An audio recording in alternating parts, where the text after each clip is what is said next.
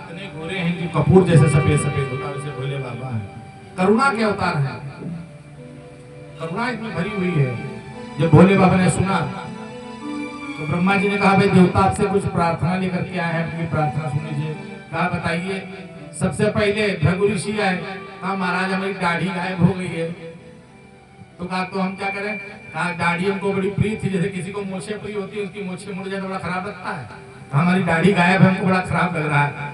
तो कहा पूरी दाढ़ी तो नहीं, हम लोग बकरे की तरह जो छोटी सी ठुड्डी पे दाढ़ी जमती है वो हम वरदान देते, वो तुम्हें जमाएगी। तो भृगु ऋषि ने कहा कि चलो ठीक है, कोई बात नहीं, आप हमको ऐसी दाढ़ी लगाएंगे, हम इसी का फैशन बना देंगे, फ्रेंच कट दाढ़ी चलवा देंगे।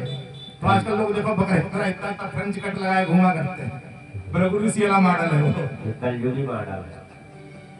भृगु ऋषि ने फैशन चला दिया फ्रेंच कट का। वो फ्रेंच कट नहीं है, भृगु ऋषि कट है वो।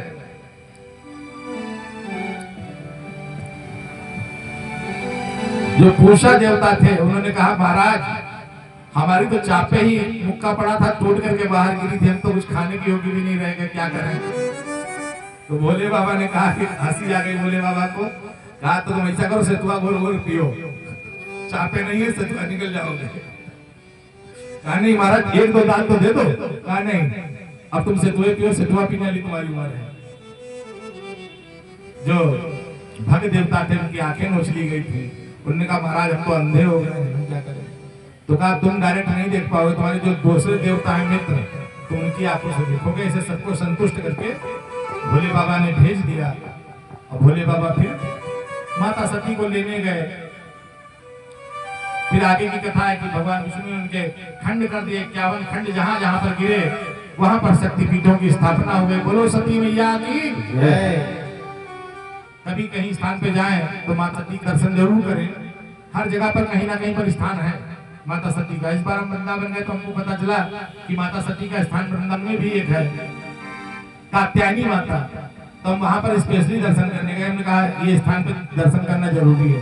जैसे बाला देवी, मनसा देवी, चंडी देवी, पूर्णागिरी माता, ऐसे ही कात्यायनी माता है।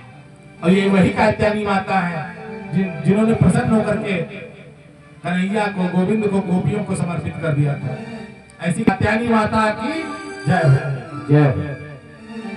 भोले बाबा विरक्त हो गए, समाधि में चले गए। कई प्रकार के दुष्ट उत्पन्न हो गए इतनी देर में, त्रिपुरासुर और कई प्रकार के दुष्टों ने अपना अधिकार कर लिया। सृष्टि में बड़ा आपातकाल आ गया। लेकिन भोले बाबा अपनी समाधि में बैठे हुए हैं, दुनिया से मोह खत्म करके। अब उन दुष्टों को मारे कौन? तो अब इनकी मारने की व्यवस्था हम अगले शाम के टर्म में करवाएंगे।